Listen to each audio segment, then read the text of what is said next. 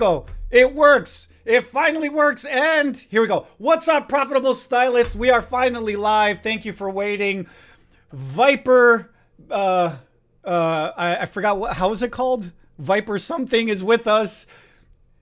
Pit Vipers is with us this week. Giovanni is back with us this week from last week because he was so popular. Everybody liked him so much. Oh, you know what? Oh man, your guys' audio. Yeah, but the audio. Hold on. No, hold on, Bernard. Nobody can hear you, Bernard. Here we go. Everyone can only hear Eddie again, like last week. Now. Now Eddie just likes to hear himself talk, so that's why he doesn't put us on. Right. Same drama, you know. All right, Pit Viper, introduce yourself. I was growing out my hair a little bit, just a little bit of a mullet. Somebody said, "You need pit vipers." I said, "What? What is a pit?" I had never heard of these before. Immediately, I ordered on Amazon. I don't love them, but I thought it was kind of funny to go along with the mullet. Now, I cut it a little bit. It was getting a little too long. I couldn't stand the hair when it curls around and goes in your ears. That's the worst. I have that problem all the time. I see that. So yeah, it's usually my ear hair growing outward. It's the opposite of you. Going the other way. The ear hair grows out this way around my ear, and when it touches the back of my head, I'm like, I got to get rid of that. That's awesome. So I heard in our last interview such amazing. My business partner got so excited listening to you just talk because he feels like students are like the future. It's the unrefined diamonds of the industry. It's where you can find crap or you can find, just such good hairdressers, but you don't know. And so many good hairdressers, in my opinion, that, I should say it like this. So many possibly good hairdressers start off as students, these little bitty nothings, and could be something great, and they end up in the wrong place. And we're going to kind of touch on all this. They end up in the wrong place. I've hired a few of these at 3 and 4 years out who are ready to quit the industry completely. And I think we lose a lot of good hairdressers because they have bad experiences like that. And it seems like you have a similar outlook, not a similar program as I do, though, where it's like if we could just get to those students, give them the right tools to be successful, then they blossom. Like I took one after COVID. At COVID, they stopped doing hair at Fantastic Sam's in our local area. So she's like stressing out. COVID's almost kind of going back to work in our area. And she calls me and she comes to work for me. And within a few weeks, she's making more than she was making there. So I bring her back to that school to do a little hello to the career work week or whatever, career day. And she just ironically the week before had made that $4,000 paycheck. And I said, "What did you make when you were working at Fantastic Sam's?" Now she's closer to $3,000 most weeks. And she says, "Oh, it was $600 every 2 weeks." I said, "Oh God, that's terrible. God, how do you survive on $300 a week?" I got another crazy statistic for you too. Tell me real quick. Unfortunately, in beauty school, the graduation rate, there is a 50 to 60% dropout. Only 40% of the students are actually completing school when they nationwide. About half students don't even finish school. True. And then the 40% that do complete school drop out of the industry altogether within the first 3 to 5 years. Yep. That's true. Yeah.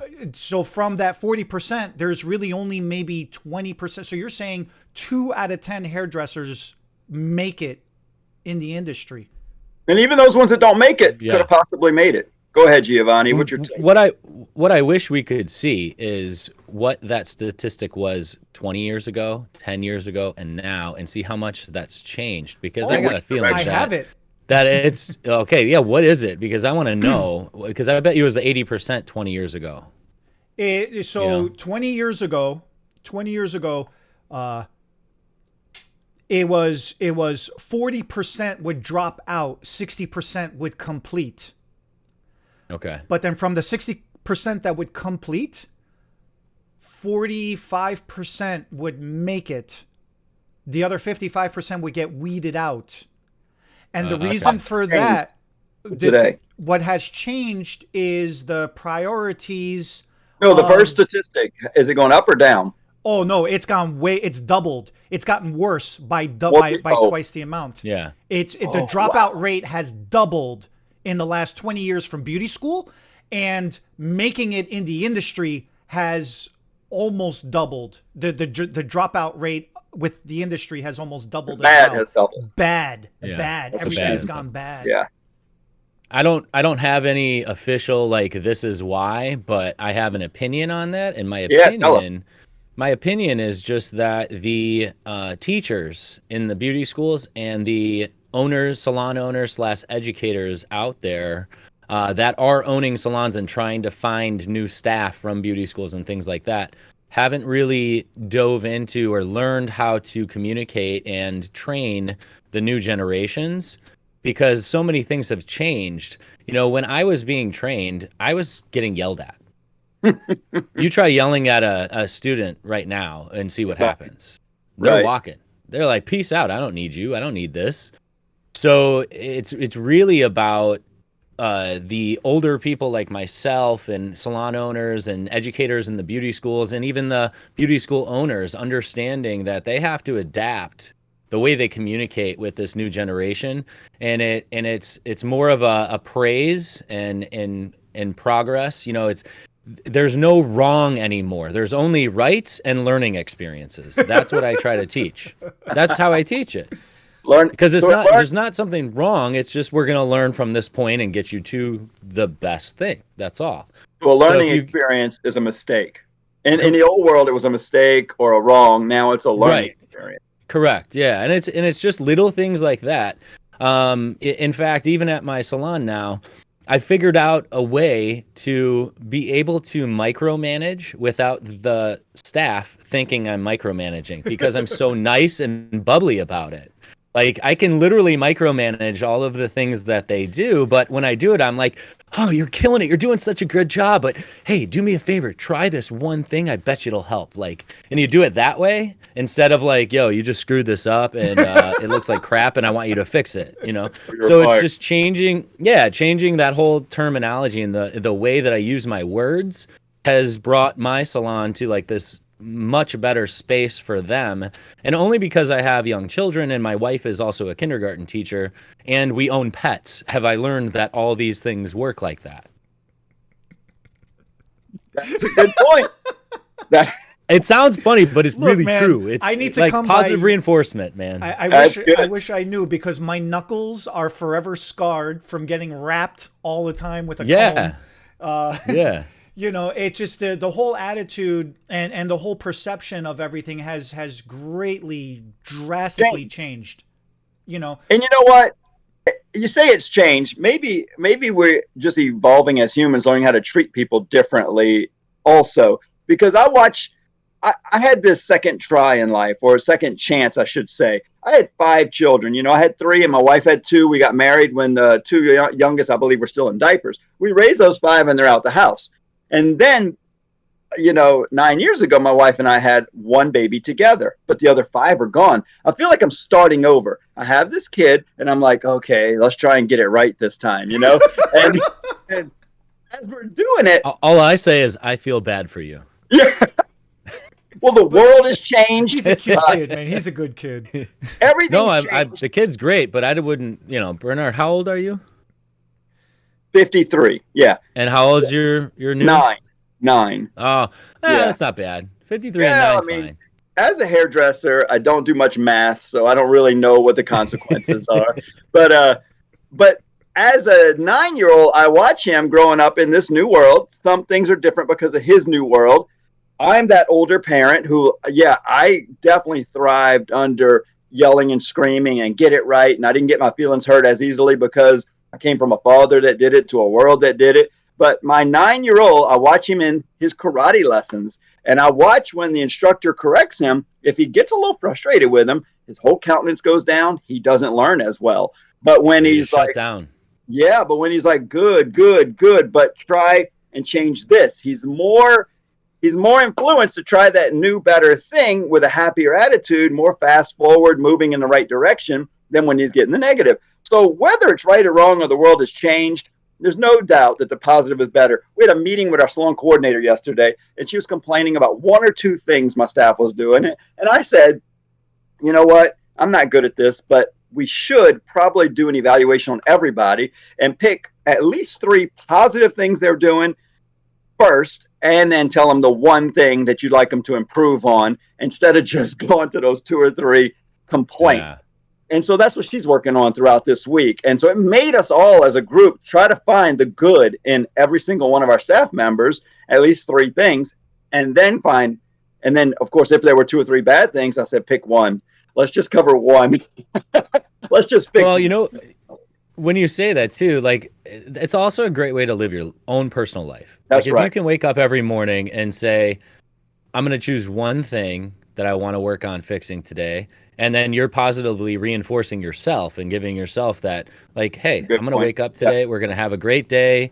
Anything that comes my way that's not a thing that I want to happen, or what I would consider a wrong thing back in the day, I would just be like, we're not going to let it affect my spirit, and we're going to figure out a way to flip that. So doing that every day for yourself and implementing that helps you implement it with other people.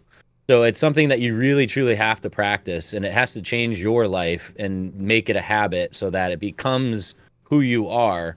And because people want genuineness from you.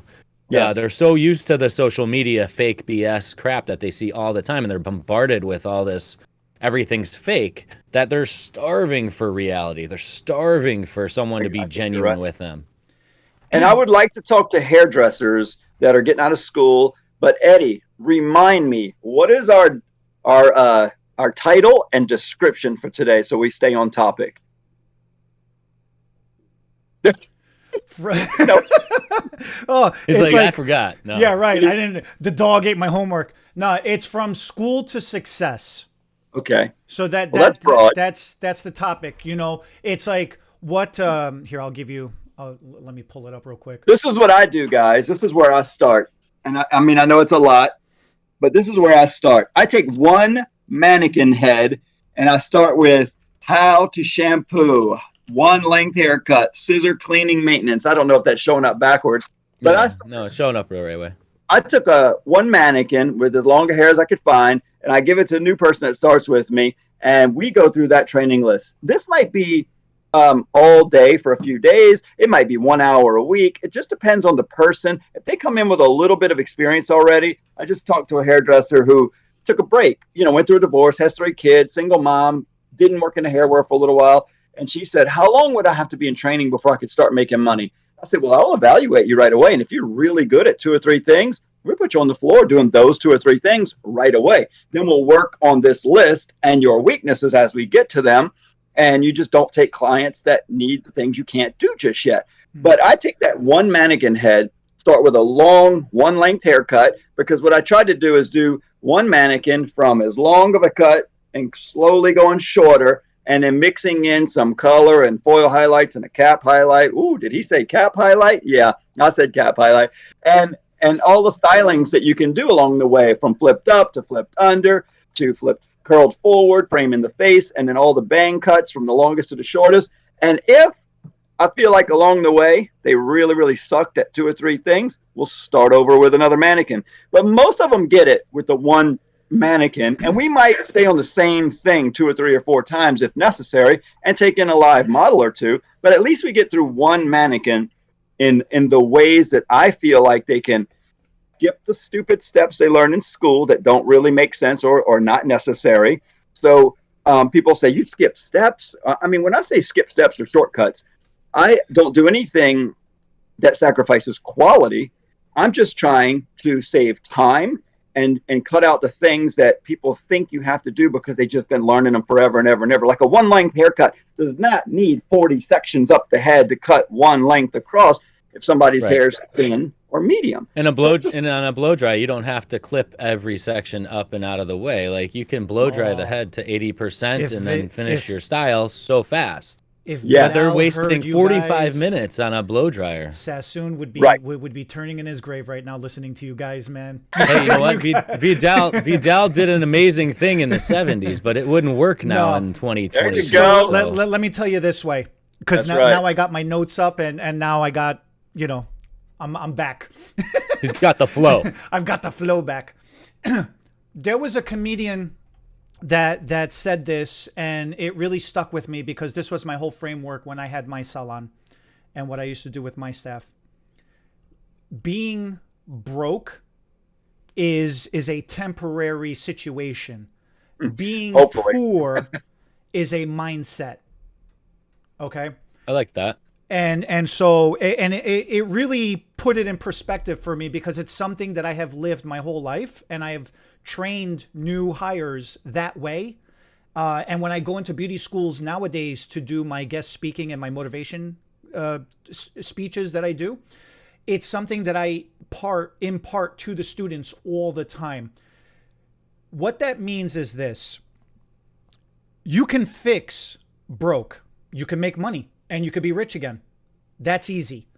But being poor is a mentality. That means you've given up, and you're letting the negativity rule you.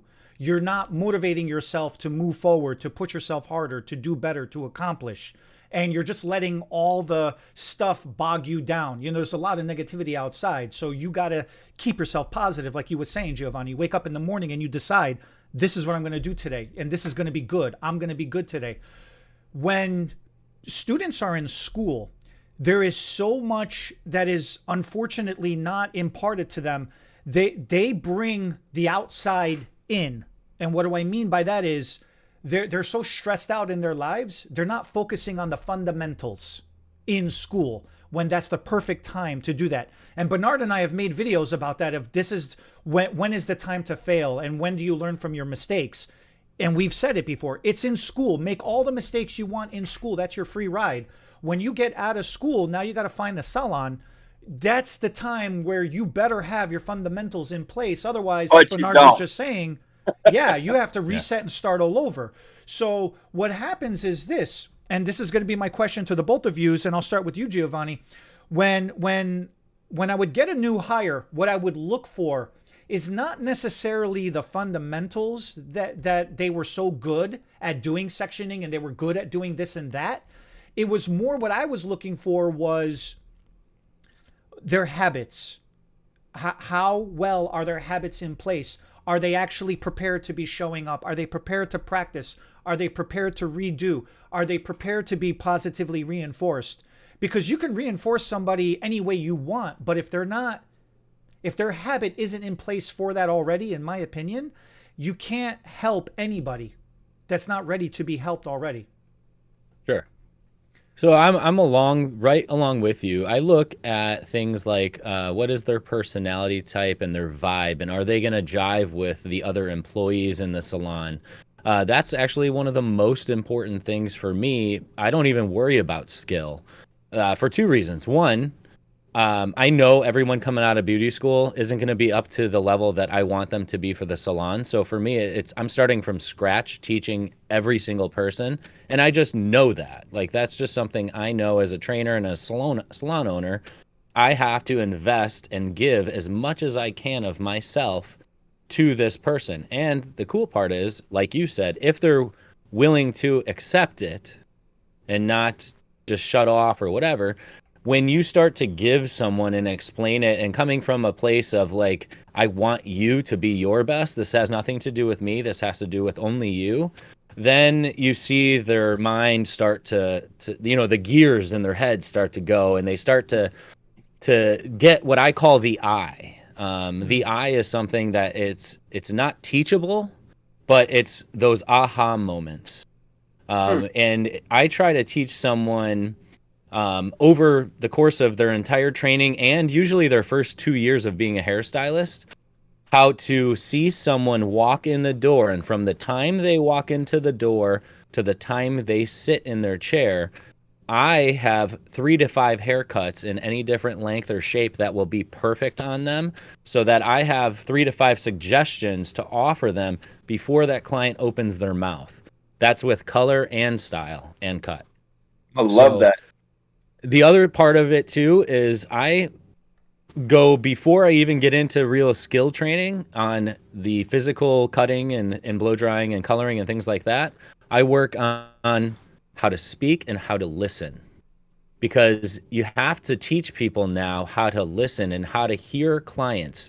Clients are a lot of times are terrible at explaining what they want.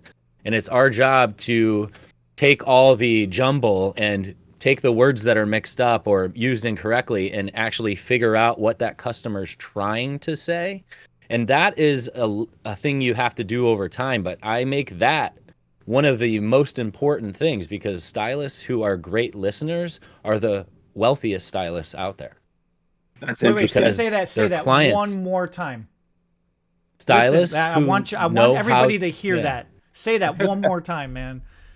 Hairstylists that know how to listen and listen correctly and properly are the wealthiest stylists out there. And it's just because of the simple thing called customer satisfaction.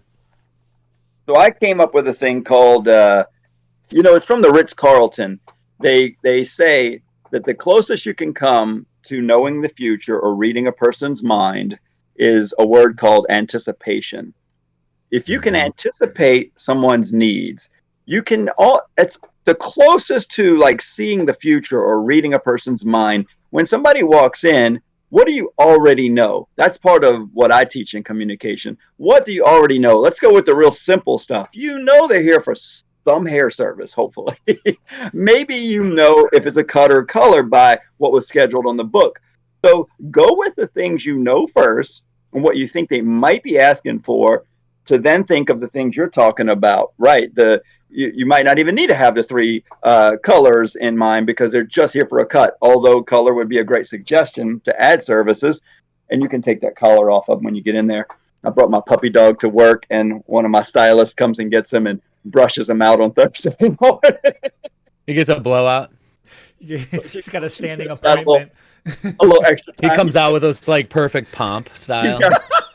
He's a golden doodle. He gets a little matted around his face and his belly, so she brushes him out. My wife likes him a little long. She offered to do it, and so I was like, sure, I'll bring him in. It's like he's got an appointment. So anyway, Giovanni, Eddie had wrote a list here, and I see number one, what we wrote was what to do when you first get out of school, mastering the fundamentals. I think we kind of started on that. Anything else you want to say about that before we go to number two? Like, what's your goal when somebody first gets out of school with you?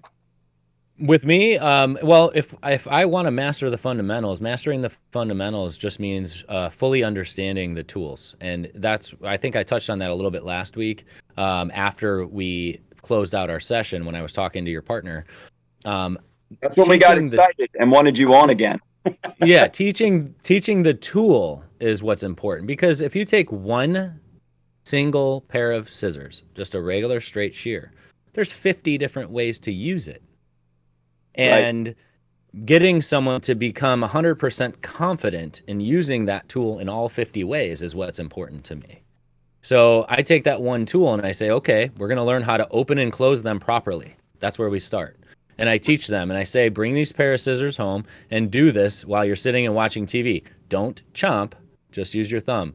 How to hold them, which spot in your knuckle that fits, how much of your thumb needs to go in, where we work on carpal tunnel, saving your wrist so you're not hurting in 10 years from now, all the different things. So I'm breaking it all down from that. And flip, or do you all of it and comb? I do both. Okay. I want to teach them everything, because to me, I it's like a baseball player. The best ones are the ones that can hit and throw both righty and lefty. So to me, it's like I want to practice and learn how to do everything as far as how to hold my shears in all the different ways, so I can learn how to teach someone that may only work really well one way, and I can show them how to do it properly. So it's really diving in that way and teaching them each tool specifically and going from start to finish. Because I can teach them how to do a whole haircut with one comb and one pair of scissors, and they can use that one pair of scissors to do all their texturizing and everything else. And once they understand that, then when I move into a pair of texturizing shears or channel shears, it takes all the hard work out of it, because they go, oh, this just does it in one snip. There you go. Yes, you just saved yourself 30 minutes on your haircut and just added 65 or 70 bucks in your pocket. And when you show them those things, that's what gets them excited. That's good. That's good. I like that. I go one step. I'm sure you do this too, but I go one step further with the scissors and the clippers. Is I teach them how to clean them and oil them, and then how tight should they be? Because you come out of school with a pair. They come out of school with a pair of scissors. It's caked up with product and hair in between the blades to start with, and then they don't know, and they're real loose or they're super tight because they keep cranking that screw down. So what is that? They don't teach that in school for some reason. Ironically, a school owner or instructor called me yesterday and said, "Can you come to our school in the next few days?" And she works at a college, so she said, "I have to do this to keep my accreditation up, but I also want the students to watch me interview you. What do you look for when you hire people from school?" So this is the perfect practice for that, because she's going to be Tuesday morning. I'm going to be going through the ringer of what I'm looking for. So number 2 is people skills and communication. We kind of already touched on that, but before we go into 3 or 4, anything else you want to add? Yeah, I want to throw something at both of yous. When I do the mentor, so now you've graduated beauty school. Now you've got your state board license. You're a proper cosmetologist. Yeah. I do a lot of continuing education, and I do a lot of mentorship, one-on-one mentorship as well. And one of the challenges that I hear all the time from a newer stylist is, I was the top of my class, and now I'm the bottom of the totem pole. Like, this is BS. This is what the hell, right? Or when they made it the first year or 2 out of school, they made a couple of bucks. They didn't make a lot, but they made a couple of bucks. So now they have that confidence, but then they've plateaued. They want to get to the next level. So when they come in and I start working with them, they start realizing really quickly that everything they thought they knew, they know nothing. And it's not like they know nothing. They don't know. I shouldn't say they don't know nothing. They're at like level 1. They're trying to get to the next level, to level 2 or level 3 or whatever, however you want to say it. And they realize very quickly that the skill gap is tremendous between ranking up or leveling up or however you want to say it, right? So how do you deal? A lot of the challenge that I run into is I have to do a lot of reinforcement, like you guys are talking about, on making sure that their mental stability and their how you call it, like their self-image doesn't flatten out. It stays high. Their confidence, that they don't lose their confidence. So how do you deal with somebody who's new that comes in overly confident and then realizes that they think they're so good, but they're really not as good as they potentially can be? I got a short, quick answer on that, and then I'll let Giovanni touch it. I want to give a little hope to the students that are graduating that are not top of their class. I personally have had the worst experience with the 2 or 3 top of the class hairdressers that I've hired. They were not the best hairdressers I'd ever hired. I don't know what happened. I think they get out of school, and real world is totally different than school, and they aren't able to perform the best. And I don't know if the dynamics are different, their expectations are different, but I don't know if they don't really grade, but the B or C students tend to be better when I hire them as far as teachable, moldable. And I don't know why. I haven't had the best experience with the valedictorians. 2 of them in particular were 2 of the worst I ever hired. So I don't think you have to be the best in the class to do well out there, but maybe it helps. What do you think, Giovanni? I like to let them learn by failure. So I will put them on the floor, let them have the clients berate them because the client is unhappy. And then that's the best test. You see how quickly they change. And it may be hard for business owners, salon owners to do that, but I'm not thinking about the one time that happens. I'm thinking about the longevity of my salon and the career of that person. So if that person goes through that experience and still is incapable or unable to admit their fault, then I let them go, because I know that they're not willing to learn. But if they come to me and say, wow, I don't know what happened here, but I thought I was hot shit and I'm not. Oh, sorry. I shouldn't have said that. I thought I was hot stuff and I need help. Then I can do it. But it's like, I get a credit, right, Bernard? I get one too. Yeah. No. So So you know what I'm saying? Like it's one of those things where if they show me willingness to learn at that point, then opens the door and it takes all that away from me. I don't have to worry about it. And I learn very quickly who's going to make it and who's not. That's good. That's good. That's one of the comforts I think the staff finds in an owner that knows how to manage. When even my salon coordinator freaks out if a client has been handled incorrectly or is complaining about their hair, the hairdresser starts crying. To me, first, it's a good sign. Good, there's some remorse. I'm glad that you are feeling what the client's feeling right now. What can we do to change it? And then the hairdresser's thinking, oh my God, my life is over. You're going to fire me? No, not if you're crying or if you're upset. I'm happy that you are not happy about what happened because the client isn't either. And it's one client. You're not losing your job. It's one client. And let's be honest, we're going to fix the client's hair anyway as the owner and make sure that they're happy. And you just tell, anytime a client comes into a new stylist, whether or not they react the right way, they know what they're getting into. So it's not something like they all know this person is training or has been trained by me, but they're new. So they're not expecting, even if they do have unrealistic expectation of that it's going to be the same quality as myself doing it or one of the top stylists doing it, they know in the back of their mind that they're not getting that. And that's, I think, also comes out as a little bit of battle within themselves that they're expressing at that time too. And they're a little more forgiving. Yeah. So, that it really segues into my next point. That's a perfect transition here because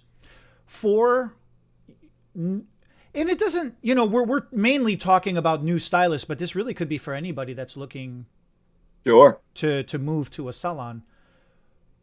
What are the things that you need to look for? Obviously you want to be busy and obviously you want to make money and you want to find a salon that could be your forever home, your forever job, so to say, right?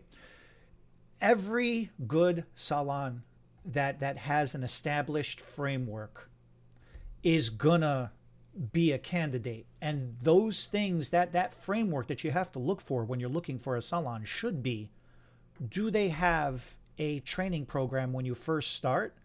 Also, do they have a continuing education program?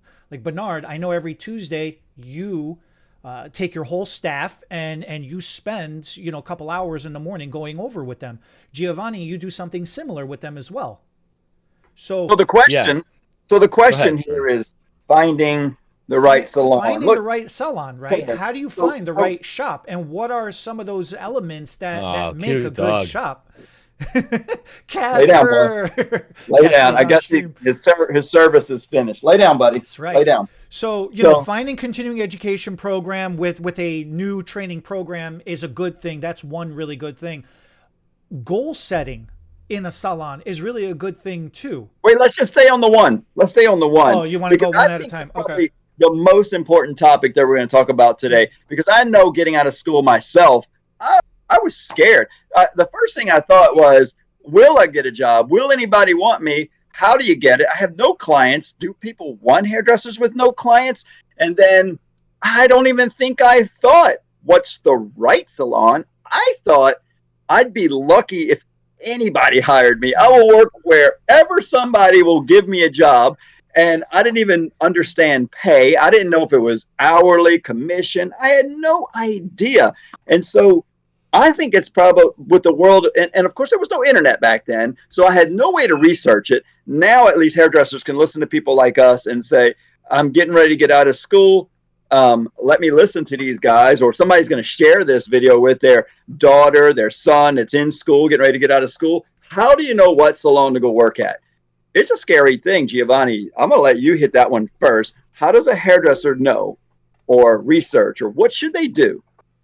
There's a couple of things. I kind of relate it to finding someone you want to have a relationship with in life. Good. So there are always going to be ups and downs, goods and bads, positives and negatives that come from every salon.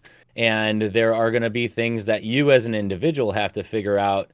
I love all of these things, and I can put up with these things that I don't necessarily like here, and maybe we can work together to change it. And And I always think of this as a salon owner. I try to put myself in a new student coming into my salon to interview with me's position. I try to sit there and say, what would I want this person who owns the salon to say to attract me and to actually put into practice to attract me? So some of the things that Eddie touched on already with, education, that's a big thing, but even if you're a new salon owner and just starting out, like, you don't have to have an educational program in place right away, but you do need to focus on developing something as you get people in. And it's one of those things too that I like to, and I've put this into practice this whole last year. I like to make my salon experience for my staff to be as immersive as possible. Meaning, I teach them every single in and out of how I run my shop. So they know exactly how they get paid. I'm showing them, this is what I'm taking out for this reason. This is what the government takes out for this reason. This is how much you're making for this reason. These are how you can make more if you do A, B, and C. And I want them to see everything. So I'm an open book. And by being open and honest in every facet of what my business is, I'm able to have zero fear on their end, because the only thing that they should be afraid of is being lazy. Right. At that point. That's good. That's good. Did you want to say anything about that, Eddie? I love that part. I really love that part. It's one of the things that I do to maintain. Why do I keep forgetting the word confidence? When self-esteem and confidence. And I give this speech all the time. Being nervous is the perfect state of mind to be in, but being scared is crippling. Never be scared. Be nervous to approach something, because when you are, it heightens your senses. You start remembering, you magically start remembering step 1, 2, 3, A to Z, however, right? And then you're like, oh, okay, if I do this, what's going to happen? And if I do this, oh my gosh, what's going to happen? And then when you do it, you're like, okay, good. Good. It fell into place. Okay, good. It did what it's supposed to do. That nervousness, that butterfly in your stomach, however feeling, keeps you sharp, right? But when you're scared, you just give up. And when you give up, then you become lazy. You become complacent. And when that happens, it's over. It is so hard to dig yourself out of that. So I've got a good segue from scared to nervous. So I think a lot of people would be thinking, I am scared. How can I just not be scared? Scared and nervous feel very similar. What you have to do is make a decision that even if you're scared, you're going to do it anyway or try it anyway. Just go ahead. What's the worst that's going to happen? You're going to screw up and be out of the industry. If you do nothing, you're going to be out of the industry also. So just go ahead and stay scared and do whatever you're asked by your instructor, your owner, what your thoughts, your feelings. I love what Giovanni said about the education doesn't have to already be in a salon, because I was thinking of the hairdresser coming out of school. What should they be looking for? But I guess some owners are looking at this too. And that's a really good point. I think some owners are thinking, have an educational program. I want these students to come work with me like you guys. What should I do? I think I can kind of cover both of those in something I'm going to say, because I liked your immersive program. And to me, if you're getting out of school, I'm going to talk a little bit about what to look for when you get out of school, in my opinion. But if you go work if you're a hairdresser that's already successful and you hire somebody as your assistant, that's education. So you can literally just bring them in to help you and assist, because you're going to make sure they style the hair right, shampoo the right way without soaking their back or everything with the water. So you're going to be forced to do some education just to make sure your client comes out well. So that can be like the beginnings of an educational program. Just hire that next hairdresser right out of school and make them your personal assistant, working all your same days and hours on all of your clients, and just assisting on a little more and a little more and a little more as the weeks go by. And that could be the beginnings of an educational program for new owners out there that are a little afraid to teach because they're not teachers, kind of thing.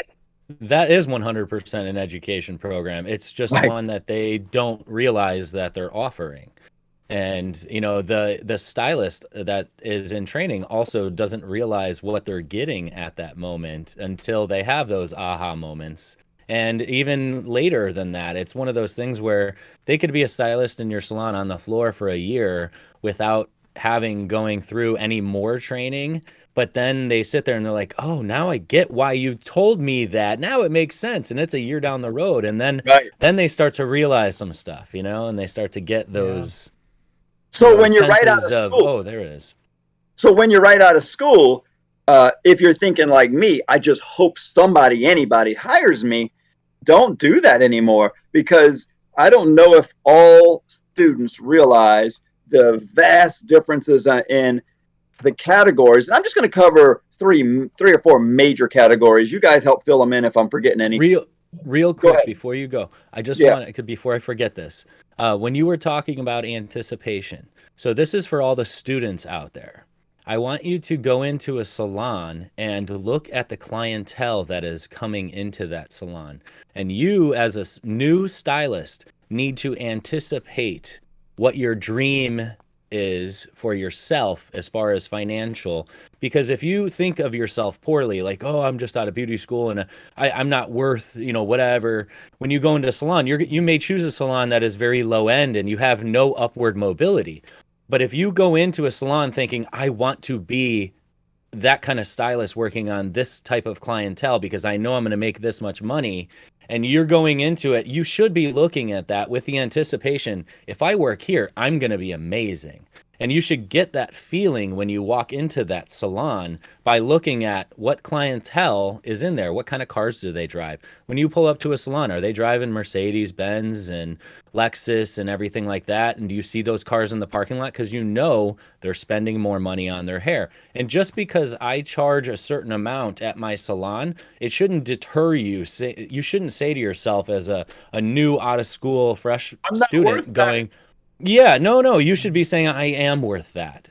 So those are things that are inward battles that those new students have to overcome, because if they push through that fear and that scared moment at that time, and they allow themselves to work towards that, they can get there. It's just having that drive.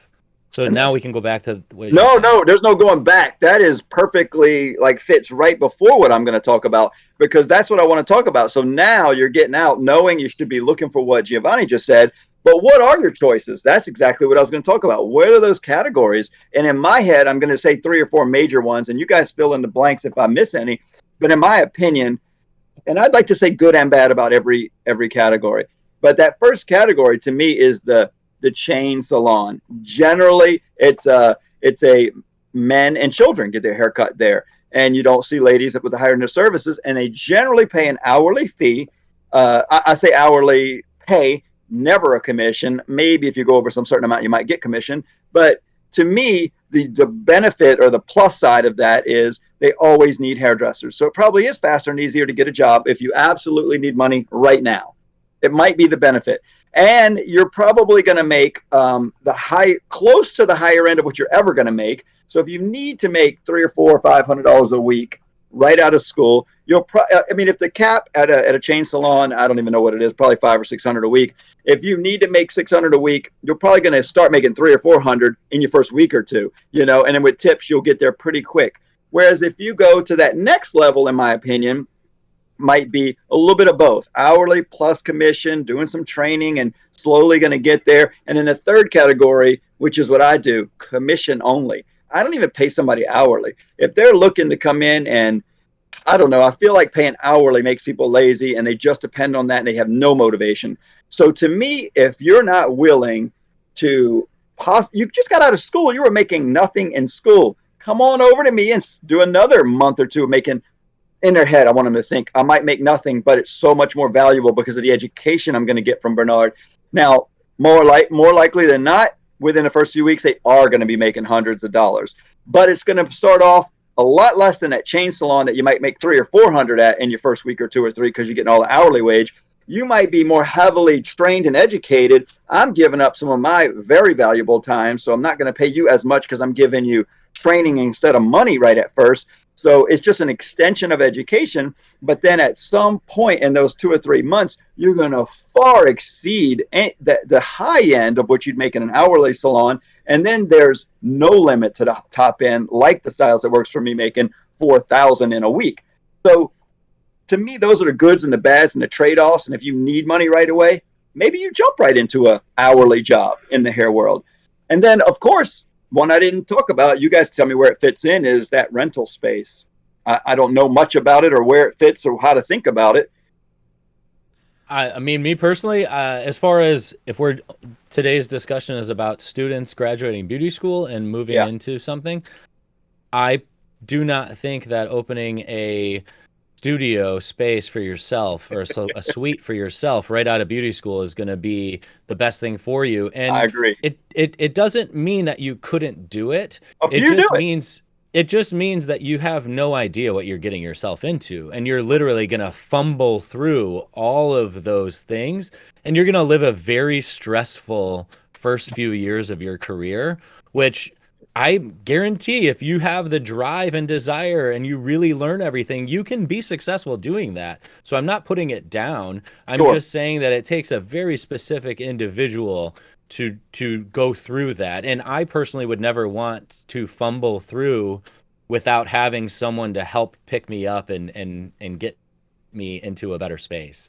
I like having someone learning. My dad would always say this: it's better to learn from someone else's wisdom than from your own mistakes. Oh yeah, I agree. That to me is being smart by letting someone else guide you. And then once you make a certain amount of money in a salon, in a commission-based salon, and you've developed enough business sense and understanding of how to create all the rest of the things that go into running a salon, by all means, you want to go out and get your own space or open up your own salon, go for it. And for me, I've taken the stance as an employer that I want my staff to eventually leave me. I want them to get to that point of confidence, because then it becomes a choice for them. Then they go, do I really want to deal with all the other BS I have to deal with in owning a salon? Or do I just want to stay here and be happy and go to work and go home and not have to think about all the drama? Then it becomes their choice. And if they decide, hey, I want to go, but I'm scared, I can say, look, I'll help you. For 10, 15% of your startup, I'll help you. I'll get you moving. And then when you're ready to buy me out of that percentage, we'll do that. And that way they get a little safety net and they get a little bit of help on running the business side too. And it works both ways, because then I can collect on a little bit from them and helping them. And when they're ready to walk out, I do a very simple buyout clause. It doesn't really cost them anything other than a couple of bucks, and then it's all on their own. But they have that safety net of me helping them through that process as well. So I look at it as a way to benefit both them and myself, and offer them something that allows them a little bit of what my dad gave me when he helped me open up my shops. That's good. I've always been against the chain salons. And the reason why I've always been against it, though, was I was under the wrong impression about it. I thought you just go there and you're a mechanic. They come in, they come out, turn and burn type situation. Some of them are. Some of them are like that, yeah. But what I didn't realize, it wasn't until, if you guys remember Ian Gavay, he was an industry legend. He was a great, great guy. And it wasn't until I was sitting there having a drink with him, having dinner with him, that he really explained it to me. If your mindset is to improve yourself and grow, the ladder never ends. So if you want to climb, if you have that corporate mentality, if you want that desk job, then in the beginning, you got to do the grunt work, so to say. Then yeah, go to a chain, put in your hourly wages. Eventually you become a trainer. Eventually you become corporate. Eventually you become whatever. I've heard from students, and ever since I had that meeting with him and he explained all that to me, it's always made me ask students, why, when you're getting out of school, what are you planning to do? And they say, oh, I'm going to go to this chain, or I'm going to go to this chain. And I just simply say to them, oh, that's fine. Why? Why not a salon? Why did you choose a chain over a salon? Some of them say, oh, I'm not good enough yet for a salon, so I got to get a couple of years in experience and learn how to do hair, and then I'll go to a salon. And then who else does good in a chain is a military spouse. They're moving every 2 or 3 years. Well, then I was just going to get to that. It's a guaranteed paycheck, and they Right. need that guaranteed insurance, or they need that guaranteed paycheck right now. So yeah, like you're saying, somebody who's a military spouse who's moving a lot is not have a stable home yet, or somebody who's just, I hate to say desperate, but they need money right now. They got bills to pay, and that's the reality of it. Happens, right?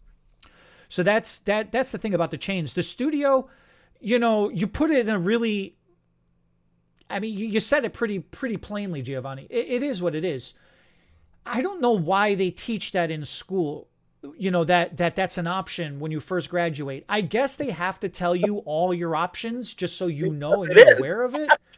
But if you have, this is something, the wisdom of others, other than your own mistake, like you just said.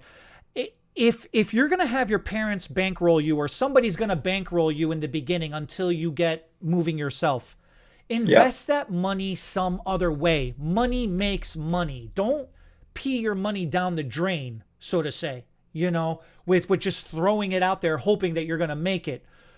Invest your money some other way and grow it to be financially stable, financially secure, independent. However, you know, that's really my take on it. I'm not against chain salons. I'm not against students or schools either. It's just, I wish there was a better way of laying out the pros and cons like this from when they're first introduced to the concepts, rather than having to go through those pains and sufferings and then find us here, for example, talking about it and explaining it a little bit better in details. Well, not only that, but I can guarantee you not one of these students realizes that they have to cover their own liability insurance, that they have to pay for their own LLC, their EIN, all the different things from whatever state that they're in order to get their taxes put together. They have to pay into so many different things that they're not thinking about, that when it hits them, they're like, oh, I thought I was going to make money. And they're already in the hole so much just doing a suite because they want to be their own boss, but they have no idea what comes along with that. You know, right? When you realize you got to carry $1 million liability insurance policy just so people can walk in your door, you're like, what? And that's just to walk in the door. God forbid somebody actually gets hurt or does something, falls, you know, then forget about it. That million is nothing. It's for. Right. So I love that somebody, I can't remember which one of you guys said something about the ladder or the learning or learning never stops. Yeah. So you know what? That helped clear me up with, we all make our mistakes. So some of my biggest mistakes with not getting along with schools or instructors in schools in the beginning by saying some stupid things that I've changed my thought process on. We've all hired those students that aren't quite where we are. The more experience we get, the students seem like they're lower and lower because we're getting better and better. And so you get to this point where in the very beginning, my mistake was I said that you learn the basics or you don't learn much, you don't learn anything in school. And oh my God, school owners and instructors are really mad at you if you phrase it like that. But I think the ladder puts it in more perspective. In school, you just get so far up the ladder. And then when you get into salon, you continue on up that. Lay down, boy. Lay down. We are not leaving yet. Can't you tell I'm still in the middle of it? And so he's trying to get up the ladder. Yeah, right. He's ready to go, guys. He's like, it's been an hour, Dad. I know how long. Yeah, he's like, wow. I know how long these things go. It's time for us. So anyway, school is, you know, some schools are one rung of the ladder, some are 2 or 3. And so what I've realized over the years is that some schools are better than others. Some instructors are better than others. And the sad thing is many schools and instructors across the country don't do hair in salons or didn't do hair in a salon well enough to make that income that would make them good. So they became a teacher. Not all schools. I might catch a lot of hell for saying this, I know. But too often the instructors are not very experienced stylists. So they're only able to help the students get to the point that they're at, which is somewhere. It's usually not the place of salon owners that have had the experience for 20 or 30 years that have continued their education. And so when you get out of school, it can be intimidating because in some ways, because you're thinking, do you want the education from the salon or do you not? I've had people not want to come work with me because I have an educational program. They're like, I'm done with school. I just want to start cutting hair and making money. I don't need any more education. I don't want to fail your classes. They hate education. So that sometimes. But we all know where that ends up. Yes, right. Let me jump in on that for a second, ahead. Bernard. In all fairness, dig that grave a little deeper for me. No. In all fairness, I understand what you're saying because I agree with you and I had your stance for a long time. Yeah. And I, as you know, am a very curious person. I always want to dig and get the details. I like the science of stuff. So I went and did some research to figure out where is this huge disconnect? Why is this like this? Unfortunately, I blame the state. Their curriculum for passing the state board exam puts it literally cripples the school from being able to provide the proper curriculum with the students to prepare them for the reality of what is happening behind the chair versus on paper what the state board decided. Some bureaucrat saying pass this, this, and this, and you have a license. Let me jump in really quick though. Go ahead. Elon Musk, he's not necessarily liked by 50% of the population right now, but I love him. Sorry guys, I do. He did say something that I think is amazing. The institution of what we know as college right now, because of the internet, is almost irrelevant. And if you actually take that and implement it into the fact that beauty schools, even if they're crippled, you as a student don't have to be. You as a student have YouTube and educators constantly putting videos up. And if you want to learn, you can learn and zip through beauty school and get the stuff done that you need to. Good point. But you can also get everything that you need as far as outside education on your own by turning on your computer, throwing a mannequin on a stand and practicing in front of it every day. And you could be a fantastic stylist before you even graduate just by using what's at your, in front of you. So that's a good point. I've got online education and it's rare, but I've had students that will contact me through email or through some of these YouTube videos we have in the description below. We'll probably have it on this one, how to take some. Eddie's got some classes on our online forum. And I have a TikTok channel that I've got thousands of people viewing my videos all the time, and I'm doing just different haircuts on there. So they have the ability to get it just from the three of us and millions more hairstylists that are on there. You go. That's a great place to wrap it up. So basically, all you students out there that may be watching this, or even newer hairdressers that you feel like you're at that point where you're ready to grow and get to the next level, reach out to us, reach out to anybody in your area. Look for education. It is out there. It is actively out there. We are actively busy helping people all the time, get to the next level. So it all depends on you. How hungry are you? And how successful do you want to be? It's in your own hands, by your own hands. Go, Giovanni. I was just going to say, if anybody wanted to jump on my TikTok channel, it's at Rizzo Hair, or you can look up Giorni the Genie, and it'll pop you up. Spell out Rizzo Hair? It's the RIZZOHAIR. So you can jump on there. I got a bunch of different classes on there for everybody, from hair replacement to just mullets and everything else. So that's my channel. Bernard, I know you've got a lot of videos on YouTube on your Profitable Stylist page, and you have a few other pages, I believe, too. And it's all in the description below. Yeah. Subscribe, like, click on the videos in the description. Same with Eddie, too. Yeah, we got the online academy. Well. We have Hair's the Bling. I mean, HCB Beauty. I have so much education that's out there, and I'm constantly teaching somebody something almost every single day. Like I'm up to 6 days a week. Eddie's gonna do an extension class for my whole salon soon, so we're gonna get that going. Well, that's good. Yeah. So I'm gonna throw something out there. How I frame education, guys. We can't just keep teaching for free. So all of us do a lot of free stuff. But the way I kind of frame it is I will use my words and give as much free as I can, talking, explaining things. But when I'm going to put my hands on something and do it, it's rarely free. I got a few haircuts on, but I'm spending a little time. It's not expensive. If you go to my online education and you'll pay a little bit of money to learn how to do a little something that I teach, or high end, it might be $1,200, $1,500 to learn how to do extensions or hair replacement. It's going to take a lot more time. I'm going to pay a video guy to come in. He's going to film all day. I'm going to spend hours editing. I'm going to charge a little bit of money for that so that I can afford to keep giving away bigger education. So I'll give away a lot of small stuff that can get you to the place where you're making pretty good money. But if you're ready to step up to the next level, it's going to cost you a little. So don't be afraid to pay for education also. It's well worth it. It's called investing in yourself. Do it. That's right.